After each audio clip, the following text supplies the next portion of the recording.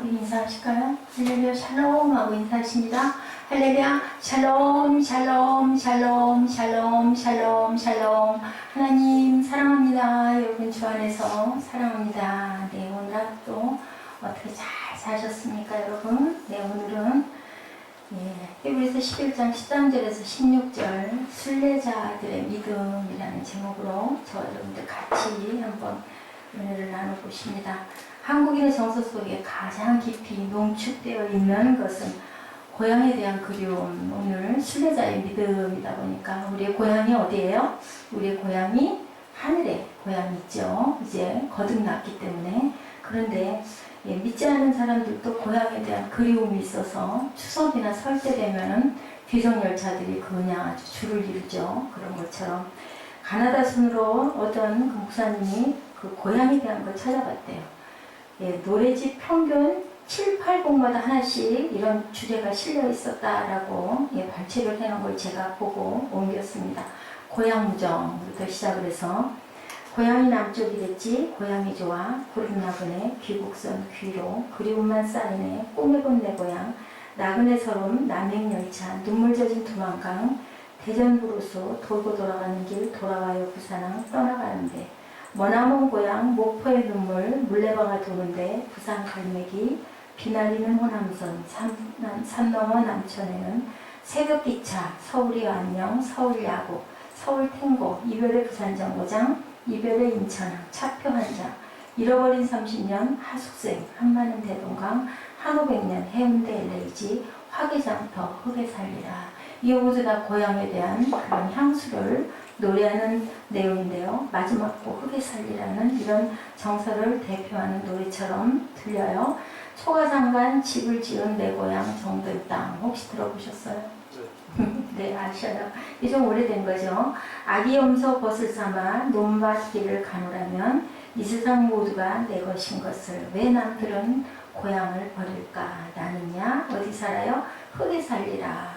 물레방아 돌고 도는 내 고향 정든 땅 푸른 잔디 베개 삼아 물레음을 만노라면 이 세상 모두가 내 것인 것을 왜 남들은 고향을 버릴까? 고향을 버릴까? 나는야 흙에 살리라. 내 사랑 순이와 손을 맞잡고 흙에 살리라. 내 사랑인데 순이는 순이가 아니고 각자의 그 사랑하는 연인의 이름이 될 수도 있겠죠. 본문에 그리스도인들을 가리켜 바로 고향을 떠난 나그네다. 뭐예요? 필그림. 그렇죠? 필그림이다 라고 얘기를 합니다. 오늘 본문 13절에 외국인과 나그네다 라고 얘기를 하죠. 본문 13절을 보면 이 사람들은 다 믿음을 따라 죽었으며 약속을 받지 못하였으되 그것을 멀리서 보고 환영하며 또 땅에서는 외국인과 나그네임을 증언하였으니 그들이 이같이 말하는 것은 자기들의 본향 찾는 자임을 나타냅니다. 그들이 나온 바 본향을 생각하였더라면 돌아갈 기회가 있었으려니와 그들이 이제는 더 나은 본향을 사모하니 하늘에 있는 것이라. 그러므로 하나님이 그들의 하나님이라 일컬음을 받으심을 부끄러워하지 아니하시고 그들을 위하여 한 성을 예비하였노라. 이렇게 얘기를 하고 있어요. 한 성을 예비하였노라. 그 성이 과연 어디일까요? 여러분들. 자, 나그네를 영어로 필그림이라고 해요. 그죠? 우리말로 하면 순례자라고 합니다. 오늘 본문은 우리의 신앙의 선배들이 인생 순례길을 어떻게 살다 갔어요? 무엇으로? 믿음의 선배들의 이야기예요. 그죠? 믿음으로 살다가 믿음으로 죽었다라고 이렇게 얘기합니다. 이렇게 우리가 인생길이 순례자로 믿음으로 산다는 것은 과연 어떻게 사는 것을 의미할까요? 순례자는 인생길의 미완성을 수용합니다. 13절 말씀은 우리의 믿음의 선배들이 믿음으로 살고 믿음으로 죽었고 그들의 믿음은 하나님의 약속에 근거한 것이었지만 약속의 실현을 이 땅에서 다 경험하지 못하고 죽었다. 그 믿음의 선조들은 예수님이 오시기 전에 있던 구약의 많은 선진들은 못 보고 죽었죠. 아브라함도 마찬가지고 모세도 마찬가지고. 그런데 우리는 어땠어요? 예수님이 오심으로 인하여 구원의 세대에 살고 있어요. 자, 이 사람들은 다 믿음을 따라 죽었으며 약속을 받지 못하였을 때 그것들을 멀리서 보고 환영하며 땅에서는 외국인과 나그네임을 증명하였으나 모든 어떤 사람의 약속은 이 땅에서 분명한 시련을 경험하기도 해요. 무엇으로? 기도로. 기도의 응답을 받는 경우가 많이 있죠. 네. 이런데 아브라함은 약속의 아들 이삭을 얻을 수 있었는데 제가 아까 기도할 때 잠깐 말씀드렸죠. 창세기 18장에 어땠어요? 문 밖에 뜨거운 여름날 지키고 있었더니 하얀 옷 입은 세 사람이 오고 있는데 막 뛰어와서 거기에 가서 탁 꿇어 엎드리면서 저희 집을 꼭 들려서 가십시오 라고 불러요. 네. 18장 1절, 창세기 18장 1절 누가 좀 찾아서 한번 읽어봐 주실래요? 창세기 18장 1절 뭐라고 말씀하고 계시나 한번 볼까요?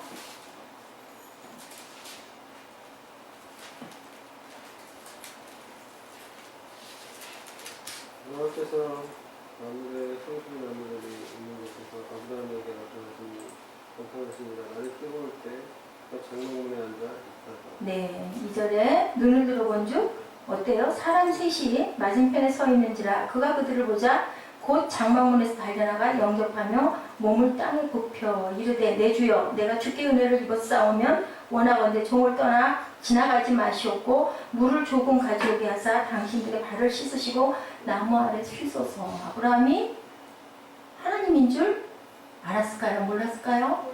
네, 몰랐는데도 불구하고 달려가서 내 주여 하고 불러요. 지나가는 나그네인데 뭘까요? 예, 그랬더니 5절에 보니 내가 떡을 조금 가져오리니 당신들의 마음을 상쾌하게 하시며 지나가소서. 당신들이 종에게 오셨음이니이다. 그들이 이르되 내 말대로 그리하라 라고 얘기해요. 네. 아브라함은요 부주 중에 천사를 대접해가지고 큰 복을 받았어요. 아들을 받았죠. 절대 아들을 낳을 수 없는데 그랬는데 보니까 2절에 물을 조금 가져오게 하사 당신들의 발을 씻으시고 나무 아래 쉬소서. 6절에 보니까요 그 단어들이 조금 나오는데 한번 보세요. 창세기 18장 6절에 아브라함이 어떻게 가요? 급히, 그죠? 사라에게 이르되 어떻게 하라고요? 속히 고운 가루 3쌀을 가져다 반죽하여 떡을 만들라고 하고 아브라함이 또 가축대 있는 곳을 어떻게 갔어요? 달려갔어요. 그죠? 급하게 준비를 시켰어요. 무엇을 얘기를 하는 걸까요? 아주 열심히 그냥 손님 대접을 하는 거예요. 그 사람들이 누군지도 모르고 무엇을 줄지 뭘 바라는 게 아무것도 없어요. 여기서 여러분들 알아야 될 것은요. 우리 마음이 이렇게 깨끗해야 된다는 거예요. 요즘에는 이런 사람 거의 없죠. 내게 뭔가가 돌아와야 뭐를 하지. 누가 그 시절에 정말 막 소를 잡고 송아지를 잡고 물은 또 얼마나 귀한 더운 여름에 누군 줄 알고 사람 셋을 이렇게 엉긴 젖과 우유와 하인이 요리한 송아지를 가져다가 그들 앞에 차려놓고 나무 아래 모셔 섬에 모셔 섰어요. 그리고 그들은 먹었고 서서 보고 있죠. 그러면서 그가 얘기하죠. 이르시되 10절에 내년 이맘때 내가 반드시 내게로 돌아오리니 내 아내 사라에게 아들이 있으라 하시니 사라가 장막문 뒤에 서서 누워있어요. 희죽이적 웃었죠. 말도 안 돼. 무슨 내가 남편도 나이가 많고 나는 이미 여성으로서의 모든 게 다 끊어졌는데. 그랬더니 야훼께서 13절에 아브라함에게 이르시되 사라가 왜 웃으며 이르기를 내가 늙었거늘 어떻게 아들 낳으려 하느냐. 또 하나님은 친절하게 뭐라고 말씀하세요? 이해시켜요. 절대로 분명히 야훼께 뭐라고 그래 14절에 능하지 못할 일이 있겠느냐. 기한 이를 때 내가 내게 돌아오리니 사라에게 아들이 있으리라. 사라가 두려워 부인에게 이르되 내가 웃지 아니하였나이다. 부인하여 이르되 내가 웃지 아니하였느니 이르시되 아니라 내가 웃었다. 근데 어디 우리 내년 이맘때 보자 라고 이렇게 해요. 소자에게 냉수 한 그릇을 대접하는 그 마음이 어떤 마음? 바로 나를 대접하는 것이다. 천국에 갔는데 그러죠. 저희가 네가 냉수를 대접했고 나를 대접했다 하니까 얘기하죠. 제가 언제 주님께 물 대접을 했습니까? 언제입니까? 했더니 내가 아닌 소자에게 아주 가난한 자에게 아주 어려운 자에게 요즘에는 어때요? 가난하고 어려운 자들 쳐다보지도 않아요. 교회도 마찬가지고. 그런데 이 마음을 가져야 된다는 얘기를 창세기 18장을 통해서 제가 오늘 창세기 18장을 우연히 보다가 엄청나게 은혜를 받았어요. 예수님께서는 어떻게 살아라? 이렇게 영적인 민감함으로 살아라. 세상이 너무 바쁘고 너무 급하고 하다 보니까 내 부분에 해당되는 게 아니면 아무도 뭐 쳐다보려고 생각해보려고도 안 해요. 그런데요, 이렇게 민감하게 사람을 알아보는 마음으로 2절과 6절에 보니 그가 그들을 보자 곧 달려나갔다라고 얘기하고 있어요. 곧 달려나갔다. 그리고 6절에 우리가 지금 살펴본 것처럼 속히 달려가서 급히 요리를 만들어서 또한 옆에 모시고 서서 드시는 걸 보면서 어우 싱글벙글 너무 기쁜 거예요. 아니 뭐예요? 송아지 잡고 우유젓 짜고 그죠? 발 씻게 해드리고 막 부산하게 사라한테 막 얼른 음식 준비를 해 하인들에게. 근데 아브라함이 참 잘 살았대요. 그래서 롯 구하러 갈 때도 용사를 380명인가를 데리고 끌고 가가지고 롯은 자신을 배신하고 그렇게 떠나갔는데도 불구하고 그 뭐죠 풀밭 때문에 다툼이 있었잖아요. 그런데도 불구하고 끌려갔다. 또 여기서 이 세 분이 가시면서 뭐라고 그러시냐면요. 아브라함에게 얘기하잖아요. 이제 내가 소돔성을 멸망시키러 가노라 했더니 뭐라 그래요. 아유 하나님 그러면 50명이면 안 될까요? 40명이면 6번이나 번복을 할 때 하나님께서는 그래 10명만 있어도 내가 멸하지 않을게 까지 갔어요. 50명 중에 45명, 40명, 30명, 20명 저는 부끄러워서 말도 못할 것 같은데 너무 미안해서 이 부분은 뭐냐면요. 하나님이 모든 청을 다 들어주셔요. 누구를 인정해서 아브라함을 나와 너는 동급이다 라는 마음으로 인정을 해서 누구 아담에게 그랬죠. 네가 이름을 네가 정해 그리고 네가 다스려 라고 한 것처럼 이렇게 권리를 주실 만큼 왜요? 아브라함의 마음을 아신 거예요. 하나님께서는요 우리 마음을 아세요. 절대로 낙심하지 마시기 바랍니다. 하나님께서는 우리에게 영적으로 민감하고 하나님을 찾고 하늘에 쌓으려고 하는 자들의 그 의도를 분명하게 알고 계신다라는 거. 그러고 나가 보니까 나중에 또 여러분들 아세요? 하나님의 손길을 깨닫고 확실하게 붙들죠. 신뢰하죠. 그래서 그 신뢰를 하나님께서는 받으셔요. 근데 그 다음에 또 모세에게 그 너희 모든 백성을 이제 애굽에서 끌어내 하고 끌어냈잖아요. 가데스 바네아에서 38년 동안 있었죠. 그리고 나서 이제 뭐라 그래 여호수아에게 예? 이제는 거기를 떠나서 가나안에 들어가라. 근데 그 앞에 뭐가 있었어요? 요단강이 다 가로막고 있네요. 처음에 출애굽해서 처음에 나올 때는 뭐가 가로막고 있었어요? 뭐가 가로막고 있어? 처음에 홍해. 그 홍해는 어떻게 했어요? 지팡이를 탁 해서 내미니까 물이 쫙 깔아졌는데 요단강은 어떻게 했어요? 그 성도들이 요단강은 어떻게 하라고 그러세요? 여호수아에게 하나님이 뭐라 그러세요? 그걸 들고 막 앞으로 가면 앞으로 나가라고 그래요. 우리 훌륭이들 잘하네요. 예, 여기서 3장에 보면요. 요단에 이르거든 요단에 들어서라. 근데 그때가 굉장히 그 물이 많을 때예요. 그래서 물이 창이 됐다라고 물이 막 넘쳐나. 무서워. 물속에 들어가면 여러분들 어떻게 돼요? 죽어요? 살아요? 그냥 물에 들어가면 어떻게 돼요? 당연히 죽어요. 죽는데 들어가래요. 들어가라고 할 때 들어갔어요? 안 들어갔어요? 들어갔더니 어떻게 됐어요? 안 죽었어요. 어떻게 됐어요? 물이 들어가니까 갈라졌어. 자, 여러분들 이거 생각하세요. 처음에는 눈에 보여줬어요. 갈라지게 보여줬어요. 그 다음에 38년 훈련을 시키고 나서 1세대들 들어갔어요? 못 들어갔어요? 못 들어갔죠. 다 죽었죠. 여호수아와 갈렙만 남았죠. 왜 그랬어요? 전부 부정적으로 했기 때문에 38년 동안 누가 살았어요? 2세대들이 살아서 2세대들이 들어가는데 이제는 가르는 걸 보고 들어가는 게 아니라 그냥 들어가래요. 뭘까요? 믿음이 그만큼 잘한 거예요. 잘한 사람만 거길 들어가요. 부정적인 생각 가진 사람은 아무도 가나안 땅에 들어갈 수가 없었다라는 것이 굉장히 중요한 얘기를 하고 있는 거예요.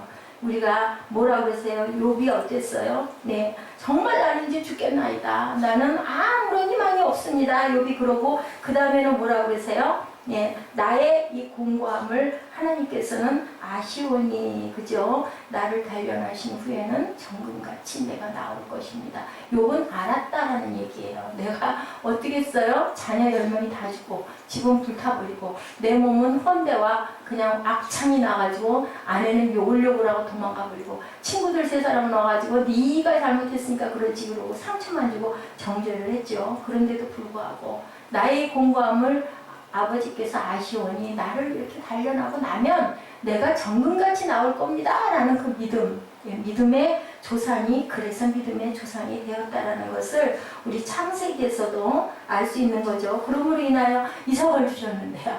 이삭 주시고 나서 15, 16세 잘 크고 너무 귀하게 100세 때 받아갖고 컸는데 또 어느 날 갑자기 그냥 아주 눈앞이 깜깜한 사건이 또 일어나죠. 과칠해요. 갔다가 범죄로. 그랬을 때 아브라함 어떻게 했어요? 절대로 그냥 그거 가지고 갈등하지 않고 무조건 아브라함 그 뒤에다가 땔감 짊어지고 아들 손목 잡고 갔잖아요. 갔는데 이 아브라함은 어떤 마음을 가졌을까요? 하나님이 주셨으니까 죽여도 살릴 것이다. 뭐예요? 부활을 믿은 거예요. 그때부터. 그래서 정말 살려주신 거예요. 아브라함의 믿음의 조상이 된 것은 바로 여기에서 있었다라는 것을 우리가 알 수 있습니다. 장차 이루어질 약속을 믿으면서 기쁨으로 인생을 마감할 수 있었던 것. 미완성이었지만, 그죠? 예, 그것도 수용할 수 있었던 것이 아브라함의 믿음. 우리가 뭐 얼마나 뭘 이루겠습니까? 그죠? 이루고 가더라도 우리 후세대들은 분명히 하나님의 길을 씩씩하게 잘 갈 것이라는 것을 믿고 우리가 살아가야 된다는 거죠.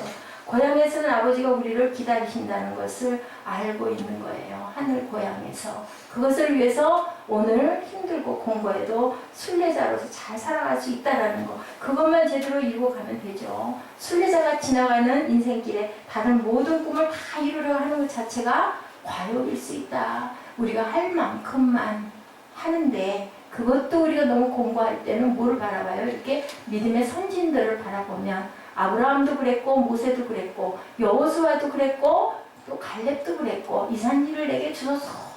몇 살에 80살이 돼가지고요. 그죠? 40세에 나왔다가 80세까지 40년을 모세도 40년을 그랬어요. 그죠? 그렇게 했어도 그 미완성은 아름다울 수 있었다. 욥도 악창이 나고 욕창이 나고 모든 사람이 다 떠나가고 했어도 내가 이렇게 죽겠나이다. 차라리 내가 못되어서 태어나지 않았던 게 낫습니다 하고 그렇게 한탄도 하고 원망도 했어요. 근데 결국은 아버지가 나를 정금같이 쓰실 것을 압니다 라고 고백을 함으로 그 연단을 딛고 일어날 수 있었다는. 그러면 우리 모든 믿음의 선진들이 다 그랬으니까 우리 역시도 하나님이 귀한 뜻을 갖고 있다라는 거. 예.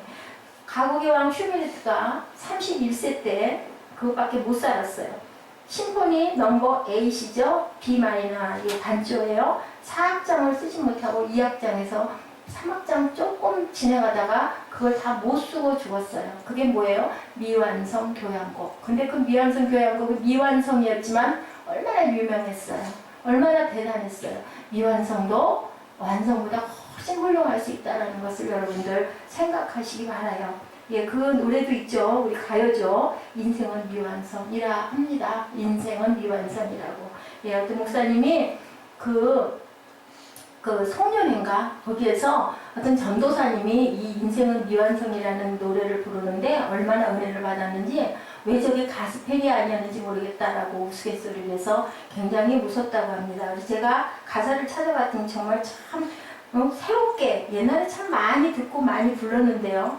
한번 들어보실래요? 인생은 미완성, 쓰다가 많은 편지. 쓰다 많은 편지랍니다. 우리가 그렇죠. 우리 인생이. 그래도 우리는 항상 곱게 써가야 해. 사랑은 미완성, 부르다 멎는 노래. 그래도 우리는 아름답게 불러야 해.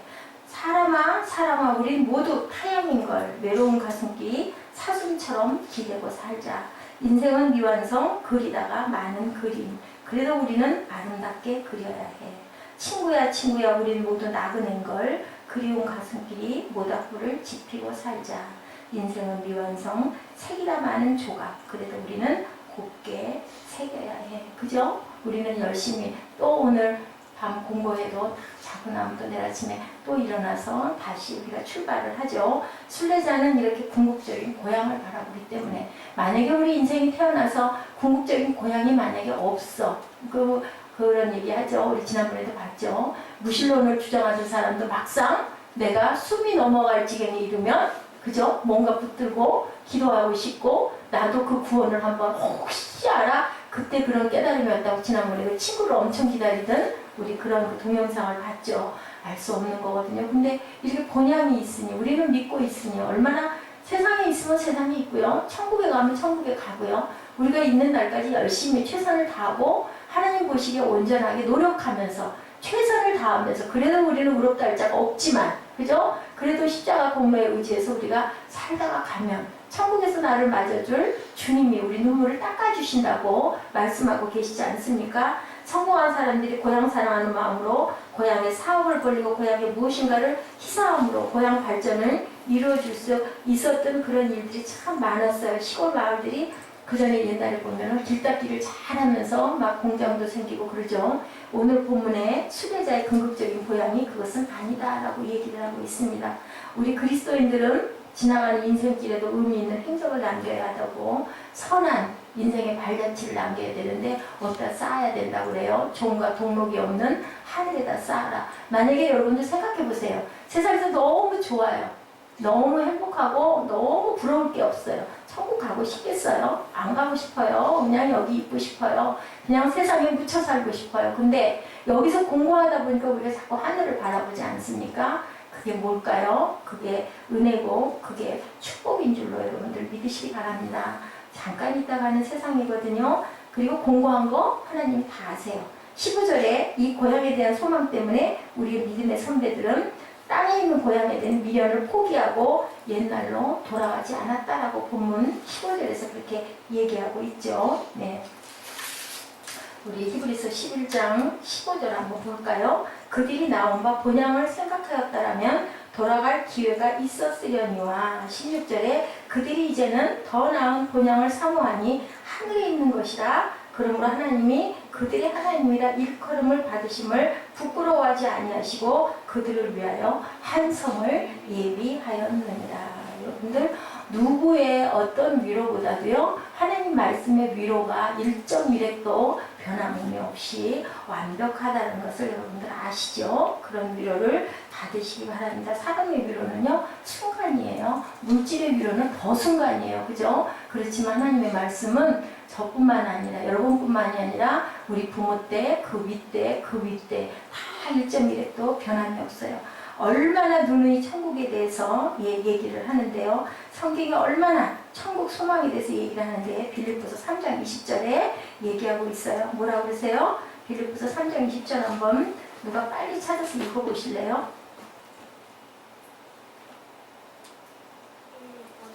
3장 20절 그러자 우리의 승리권은 하늘에 있는지라 거기로부터 구원하는 자 곧 주 예수 그리스도를 기다리니. 맞아요. 하늘에 우리 시민꽃이 있대요.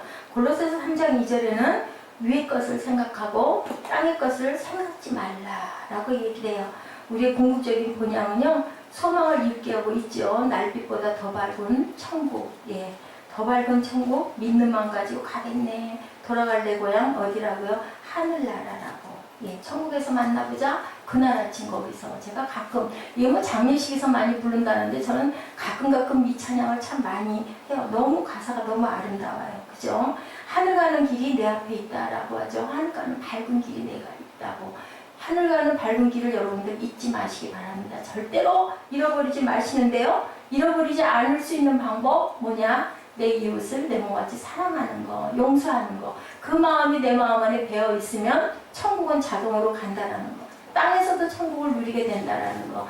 미움을 놓지 마세요. 미운 자들을 제가 오늘 새벽에 아하방의 이야기를 굉장히 은혜를 받았어요. 아하방 얼마나 악해요, 그죠? 예, 굉장히 정말 제일 악한 왕 하면 누구? 아하방 그리고 누구? 왕비 이세벨, 그죠? 그런데 어때요? 그 아하방도 하나님이 금식하고 배를 동이고 막 배 들어눕고 그리고 풀 죽어서 다니는 모습을 보면서 그 21장 후반부에 보니까 저 아이 저렇게 겸비한 겸손하고 그냥 무릎 꿇고 고개 숙이고 다니는 모습을 네가 보느냐? 엘리야에게 얘기하세요. 하나님이 그래서 내가 제 때에는 재앙을 내리지 않고 저 아들 때에 내리겠다라고 말씀을 하실 만큼 그렇게 악한 자에게도 하나님께서는 용서를 하시는 그런 마음 우리가 그래서 살 수 있는 거예요. 잘못한 거 있어도 확실하게 속에 있는 걸 다 내려놓고 잘못했습니다 라고 얘기하면 하나님은 우리가 뭐 아하방 같이 악하겠어요. 그렇지 않잖아요.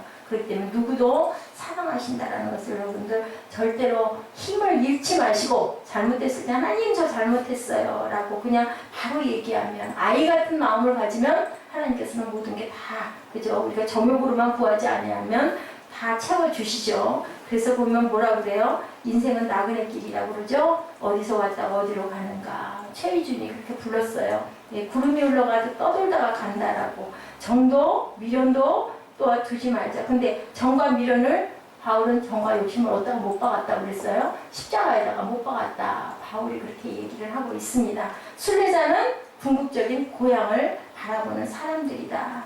고향차는 인생을 우리가 살아가야 된다고 계속 얘기하고 있습니다. 사도 베드로는 베드로전서 2장 11절에서 뭐라고 말하고 있나요? 사랑하는 자들아 나그네와 행인 같은 너희를 권하노니 영혼을 거슬러 싸우는 육체의 정욕을 제어하라. 육체의 정욕을 제어하라. 히브리서 11장 9절 10절에서 믿음의 조상 아브라함이 검소한 장막 생활로도 만족한 이유를 살피고 있습니다. 사람이 경영하시고 지으실 터가 있는 성을 바라보았기 때문에 누가? 하나님이 경영하시는 그것을 천국을 바라보았기 때문에 히브리서 11장 9절 10절에 그렇게 말씀하고 있죠. 볼까요? 우리 히브리서는 같은 장에 있으니까 찾을 필요도 없죠. 9절 10절 우리 함께 읽어보실까요? 히브리서 11장 9절 10절입니다. 믿음으로 그가 이방의 땅에 있는 것 같이 약속의 땅에 거류하여 동일한 약속을 유업으로 함께 받은 이삭 및 야곱과 더불어 장막에 거하였으니 10절 이는 그가 하나님이 계획하시고 지으실 터가 있는 성을 바랐습니다. 그죠? 11절에도 보니 믿음으로 사라 자신도 나이가 많아 단산하였으나 아까 말씀드렸죠? 잉태할 수 있는 힘을 얻었으니 이는 약속하신 일을 미쁘신 줄 알았습니다. 믿음으로 이렇게 불가능은 가능으로 이루어진다는 거. 하나님은 사람의 생각과 방법과는 너무너무 다르다라고 얘기하죠. 본향을 찾는 삶은 어디에다 투자를 하는 삶이어야 할까요? 본향에다 투자하는 삶이 되어야 한다. 그것을 하나님은 보고 아신다. 그래서 두랫돈을 넣는 그러한 그 과부를 보고 하나님께서 정말 축복하시지 않았어요? 그런 것처럼 어디에다 천국에다가 투자하는 삶은 자기가 투자하는 일에 사람은 집착하죠. 누구나. 그죠? 땅에 투자하는 사람은 땅값이 오르나 안 오르나 종교부지 사놓고 그것도 또 오르나 안 오르나 바라보는 목사님들이 많으시다고 하는데 하나님의 방법하고는 조금 많은 차이가 있죠. 여러분이 천국에 투자하면 어디 집착할까요? 천국에도 집착하게 돼요. 땅에다 투자하면 땅에 집착하게 돼요. 그죠? 세상에다 투자를 하는 사람들은 그것을 주식에다 투자하는 사람들은 주식이 오르나 안 오르나 증권을 매일 들여다보고 있죠. 그런 것처럼 우리가 천국에 투자하면 천국에 계속 바라볼 수밖에 없는 거. 하늘에 쌓아두는 것은 뭘까요? 가장 기본적으로 규칙적인 11조 헌금입니다. 예수님께서도 산상수훈에서 너희를 위하여 보물을 땅에 쌓아두지 말라. 예, 동록이 조물 쓸고, 그죠? 그러니 너희들 그 보물을 하늘에 쌓으라고 얘기를 하고 계세요. 천국 투자를 위해서 실천할 두 가지는 무엇일까요? 하나는 규칙적인 헌금 생활을 해라. 또한 11조 생활이 가장 하나님을 인정하는 것이라고 그러죠. 내가 가진 것을 10의 1을 하나님께 드립니다. 주님 나의 소망은 이 땅에 있지 않습니다. 라는 고백이 바로 하나님께 11조 드리는 부분이 그 고백이라는 것을 여러분들 아시기 바랍니다. 뭐 내가 여유가 없을 때는 용돈의 11조를 하셔도 돼요. 대개 보면 정년 퇴임하신 분들이 나는 이제 뭐 월급도 안 받는데 그런데 월급 안 받아도 그죠? 한 달 쓰는 용돈이라도 있지 않습니까? 그런 것을 11조를 하나님께 드려서 규칙적인 헌금으로 내가 하늘에 심고 있다라는 거. 청교도들이 천국 투자 실천의 하나는요. 유산 안 남기기 운동을 항상 했다고 그래요. 절대로 유산을 안 남기고 갔대요. 그래서 재산을 정리하고 그 사회에 환원하고 귀한 단체에 환원해서 절대로 남기지 않고 갔다고 이렇게 합니다. 뭐만 남기고 갔을까요? 믿음만 남기고 가는 거죠. 자손들에게. 기독교적 무소유의 실천이 바로 이것이고요. 불교적 무소유는 안 벌고 안 쓰는 거. 그죠? 청빈하게, 그죠? 스님들 이렇게 말씀하시는데, 기독교는 아니에요. 많이 벌어서 다 많은 곳에다가 주고 가는 것이 바로 우리 기독교적 무소유의 실천이라는 거. 재산을 규칙적으로 정리하고 하나님의 사역에 드리고 죽기 전에 미리 유언을 통해서 자기의 전 재산을 교회나 사회사업기관에 기증하여 죽을 때는 아무것도 가져가지 않도록 조치를 한 게 청교도들이 아주 철저하게 그렇게 했다고 합니다. 왜요? 하나님 나라 영광을 위해서 마지막까지 다 쓰고 가는 거죠. 본향치 않은 삶을 천국을 위해 투자하는 인생을 살면서 그 보상을 땅에서 기대하지 않는 인생이다. 마지막 부분이 그거예요. 우리는 어디에서 언제가 될지 몰라요. 아무도. 그죠? 왜 내가 이만큼 심고 내가 이렇게 착한 일을 많이 했고 내가 이렇게 교회에서 헌신을 교회를 내가 몇 개씩 세웠고 이랬는데 왜 도대체 이렇게 하나님 눈에 보이는 게 없고 아무 증거가 없습니까? 근데 뭐라고 그랬어요? 찬양이 믿음만을 가지고 내가 가면은 그죠? 걸어가자. 하나님께서 모든 걸 다. 그래서 보니 주변에 보니 우리 그 모태신앙이고요. 우리 아버지 때도요. 우리 할아버지 때도요. 그 윗때도요. 이렇게 얘기하시는 분들 그 2, 3대 이후의 사람들 보면요. 다르게 살고 있어요. 굉장히 사는 생활이 격이 다르더라고요. 보니까 그게 꼭 부자로 살아서가 아니어도 정말 여유 있게 정말 그 뭔가 안정된 삶을 살고 있어요. 그러면 어떻게 해요? 우리 때부터라도 그렇게 해야 되지 않을까요? 우리 다음 때, 우리 또 다음 때가 이제는 정말 아주 세상에서 이렇게 힘들게 살지 않고 그죠? 여유 있게 하나님을 찬양하면서 살 수 있는 그 복을 분명히 받아요. 2, 3대가 지나가면 그래서 목회자가 나온 집안이 나온 3대만 가면 그냥 내버려둬도 자손들이 그냥 잘 된다는 얘기가 있거든요. 그 증거예요. 보면 그 모양을 바라보면 때로는 오늘의 고통도 기쁨으로 인내하는 것이 바로 순례자의 믿음이다. 우리 선진들이 아무것도 끝을 못 보고 갔잖아요. 아까 얘기한 것처럼 아브라함도 모세도 요셉도 야곱도 그렇게 갔지만 어땠어요? 거기서 이스라엘이 나오죠. 야곱에 대해서 12지파가 나오지 않습니까? 그리고 또 예수님이 오셔서 12제자를 놓고 가시죠. 그리고 또 뭐가 생겨서 이제는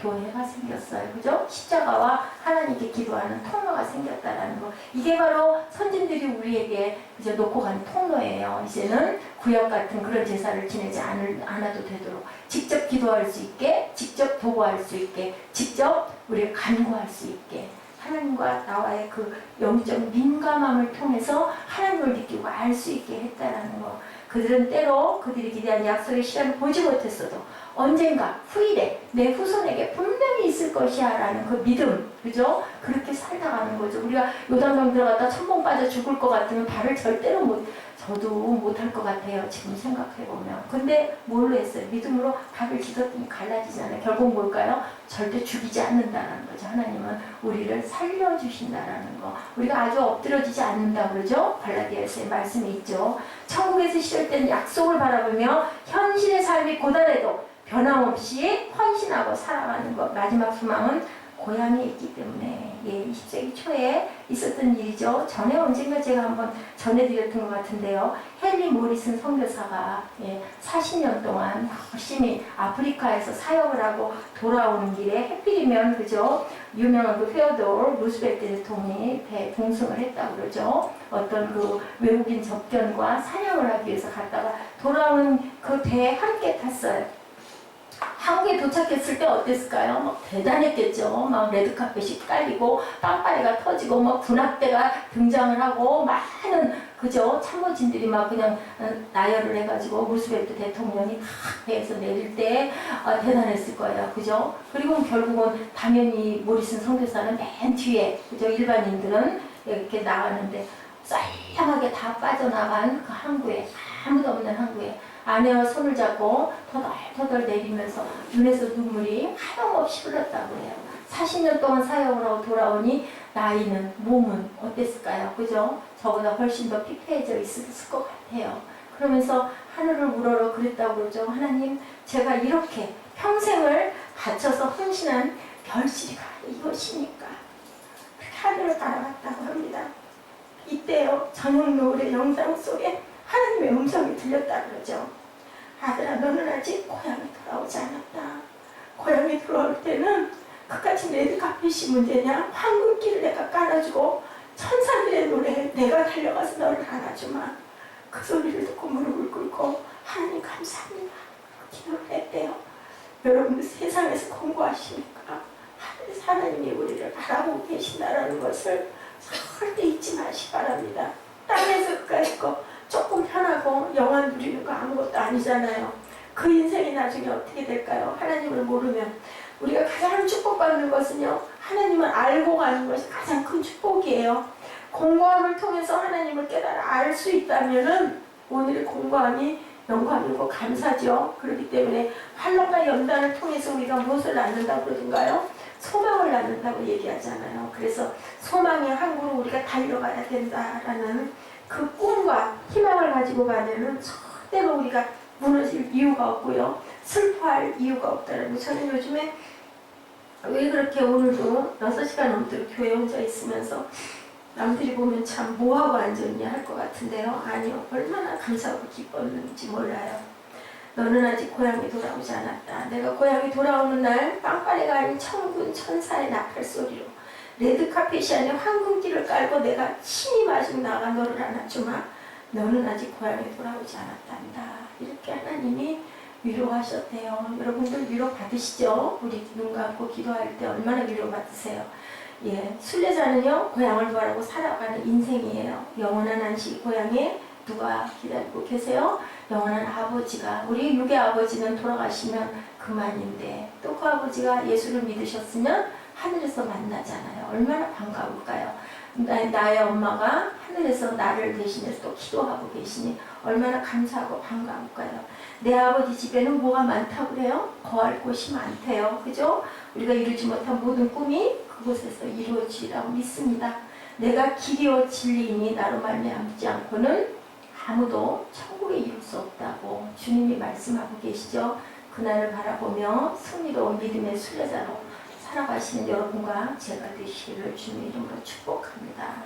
예, 내 꿈이 깨지고 좌절했다라고 여기는 모든 분들 힘들고 고달팠지만 주님께서 나를 바라보시고 내 마음 중심을 아시니까 내가 능력이 이것밖에 안 되고 내 자리가 이것밖에 안 되고 나는 정말 너무 하찮고 거꾸로 저도 마찬가지예요. 나는 아무것도 하는 게 없는데 내가 지금 과연 뭐를 하고 있나. 그런데요 여러분들 이 은혜 느끼세요? 그냥 생각만 해도 바람에 날리는 나뭇잎 소리 새벽에 내려올 때 그 싸늘한 공기 속에서도 하나님을 느끼시는 저와 여러분 되시면요 분명한 것은 하나님께서는 살아계신다. 계절을 통해서도 꽃을 바라보시면서도 산을 실록을 바라보시면서도 그런 하나님의 음성과 호흡을 생의 음성을 느끼시기 바랍니다. 그렇게 민감해서 야곱도 축복을 받았죠. 아주 다른 면은 아무리 못됐어도 그죠? 아브라함도 마찬가지고요. 요셉도 마찬가지죠. 하나님께 열심히 간구했더니 그 구덩이에서도 건져지고 그죠? 그런 그 노예와 종의 세월 그렇게 살았지만 결국은 하나님께서 높여주신다라는 것. 그래서 그 예수님의 계보가 되죠. 목자 되신 주님의 인도 따라서 새롭게 걸어가시는 주님 앞에 진정으로 아름다운 순례자가 되시기를 주님의 이름으로 축복합니다.